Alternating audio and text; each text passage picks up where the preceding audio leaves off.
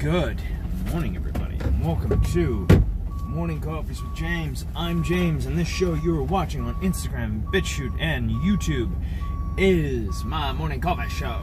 So, how do you all doing today? I hope you're all swell because it's useless now. I'm Christian Bale. Oh, good for you. And how was it? I hope it was good because it's useless now. Taking it. Fuck you, pal. Anyway, how's everybody doing today? Happy month of October. Halloween is just around the river bend, so is the scariest time of the month, election time, and this time it's a lot more intimidating because we are either going to be electing a good Donald Trump. We're going to be either electing him or Joe Biden, who has severe dementia. And I don't care what you think about Donald Trump, but your choices are the guy who's just a mean, the guy who says mean things over the guy who doesn't know where he is. He doesn't know what he's saying. The guy who also said, "Listen here, fat." Like, listen here, fat. Like, we are so boned. So boned.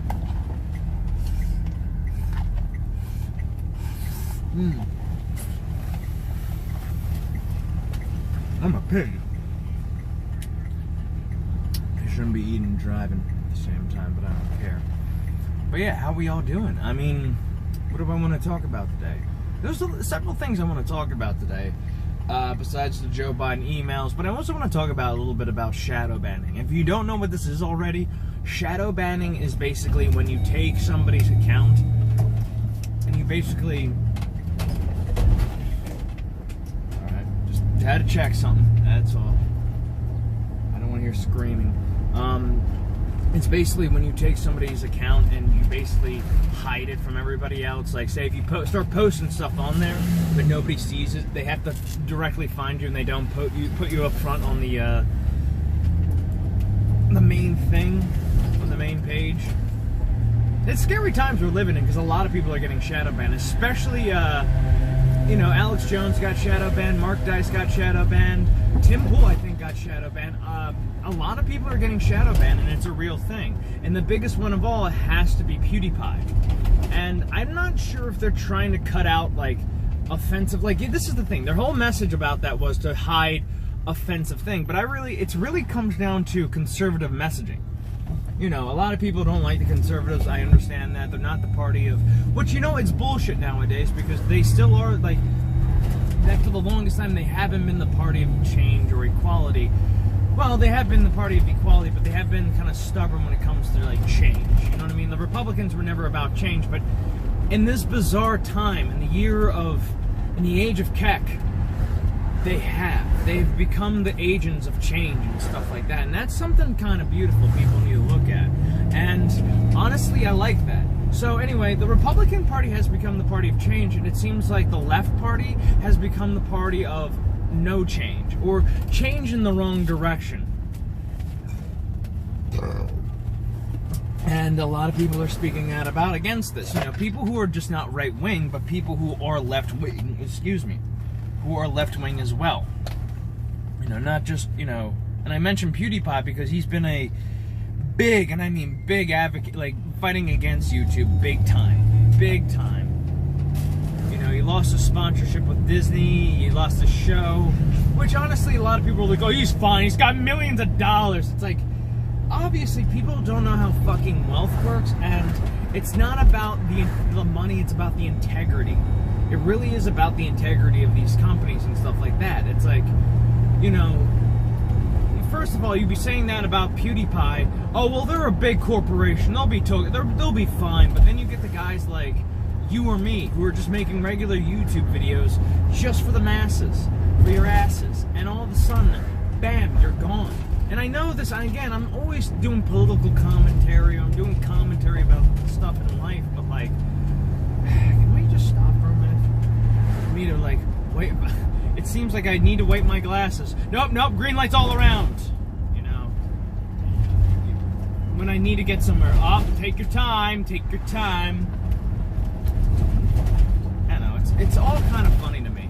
But the thing that really bothers me about the whole YouTube scandal and stuff like that, it's like they've been shadow banning a lot of people. Their algorithm, cripples a lot of content creators. It's hard for people who want to just do YouTube and as maybe as a full-time career, but you got these people being like, why don't you get a real job? These fucking dopey ass and I'm not talking about construction workers, I'm talking about people who do day jobs and stuff like that. It's like, so you're telling me that you're gonna be secure, that your job's not gonna be taken away because of some automation or some asshole Democrat who wants to hire, who wants to bring immigration, and then you get a boss who's like, either I can pay this guy who's, knows his shit and, he's an American, has a few problems, but it's okay. Oh, I can pay this, foreigner, and I'm not just talking about Mexicans. People jump on you if you say Mexican, which it's not always the Mexicans. It's foreigners. When I'm talking about foreigners, I'm talking about people from Eastern Ukraine and, places those, people from other parts of the world who are not dark-skinned. Get over it, all right? They're not your precious little babies. Stop worrying about them. It's so fucking funny. I'm talking about people who are not from this country, and they're cheap labor. Not because they work hard. Yes, don't get me wrong. People, they work hard, but for what they're worth, they're not getting paid for what they're worth. That is the scary part about this entire thing. And then you've got some, and I'm going to use boomers because these are the people who fucking praise hard workers, but yet, fuck your lazy shit. Ooh, a yard sale. I wonder what they have. Let's take a time to take a look at it. Or maybe it's a yard sale. Oh yeah, it's a yard sale. It's definitely a yard sale across from the street from my thrift store. Oh yeah, I might just come back later and just check it out. But yeah, there's a thrift store right there. But that's the annoying fucking part about this. It's the fact that boomers do this thing too. It's like, I don't like foreigners, but I'll hire those Mexicans. I'm going to use Mexicans again. And that Ukraine dude, because they're cheap labor, and I can buy myself a boat and a car I got from 1984 that is a piece of crap and it's falling apart on me. Ha! Spider-Man!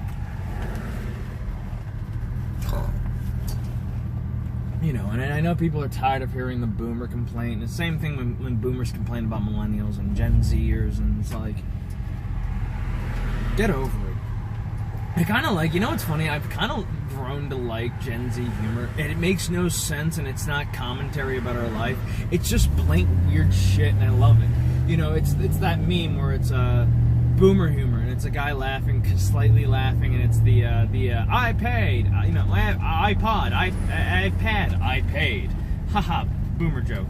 I paid, the same joke, but then at the end it's the dog going, I peed, and millennial humor, and then Gen Z humor is just a picture of a weird-looking horse, and it says horse, and it's just big laugh, and I kind of like it because it makes no sense. It's like horse. It's like, all right. It's funny to me that the meme humor of that makes me laugh because it makes no goddamn sense. It makes no goddamn. But I think that's what we're missing. We just need humor that just has no real contents behind it. You know what I mean? It's funny. I find it funny. Boomer humor is not that funny anymore, and even millennial humor is starting to fade out a little bit. But I always appreciate, and I mean this too, I always appreciate newer humor if you can understand it. If it's not mean-spirited, if it's not, horrible and disgusting or something like that. And that's why you guys were on the road. A dead squirrel is on the road. I think I saw some guts. But, it's this kind of weird society we're living in nowadays. And minus the humor. I mean, everybody's so wrapped up about jobs now. And it just makes me laugh, and it's like, what was I talking about? Political. So, commentary of YouTubers. So yeah, people are getting shadow banned, and PewDiePie's is now on the top tier list, and it's like, I think to myself every time, you can stay and fight the YouTube algorithm, but why don't you go to BitChute? I mean it too. You know how much money, you know how much influence people would just jump over to BitChute if Markiplier, Jacksepticeye, PewDiePie, big time. I'm trying to think who else is another great example of this. Joe Rogan. I'm trying to think of other people that potentially could jump on this, and I mean people who have over 1 million subscribers. The Game Grumps, trying to think who else. Shit, there's a ton of YouTubers out there who could basically would make that website blow up. I mean, and again, I'm gonna push it to you too. I'm gonna push that on you. Go subscribe to my BitChute channel. It's Conley Bros Production, and it's Conley_Bros_production. And I mean that, dude. Go watch my shit. Like, go watch my stuff. It's not great. And what I love about BitChute, it's like YouTube in the early ages. You know what I mean? When YouTube was still out there and it was crazy and it was like edgy shit, my friend. Like, if you want to go back to those golden days of YouTube, do it. YouTube was beautiful back in that day, but now it's like, you know, PC, we gotta make that money. Oh, the corporations, oh, you can't say the truth. You can't have edgy content. Fuck you, okay? I'm not that big of a channel. I only have 26 subscribers. I have friends who have 69 subscribers, who have roughly around 70 or 69 subscribers because they actually are talented. I have people who are musicians, people who are making videos talking about, you know, games and stuff like that. I'm just some schmuck who gave up doing Let's Plays because not because I got bored with them, because the art style died out a little bit. And live streaming is so much better too, and I wish I had the technology to do live streaming. Then again, I'm like Fred Flintstone, I don't have that technology. And I tried doing a Let's Play of Resident Evil 3, and I'll tell you this much, I forgot how much of a pain in the ass it is to do Let's Plays in general. So yeah, it sucks. But I will say this, I want to make content on my channel. I do want to start making greater content. I kind of rearranged my working out schedule and my work schedule because now I don't have to worry about going to the gym on Saturday, which I was doing. I was going to the gym 6 times a week instead of like the usual 5 times a week, because now I'm entering the winter time and I don't need to do as much cardio as possible. So I'm trying to bulk up, trying to gain that size again, but who knows? Maybe if I can, maybe I can't. Who knows? I can. You know, I can. I can definitely can. Positivity right there.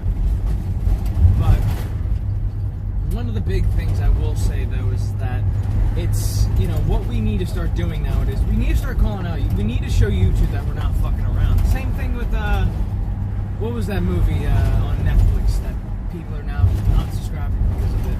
Oh yeah, that one movie about the underage girls dancing.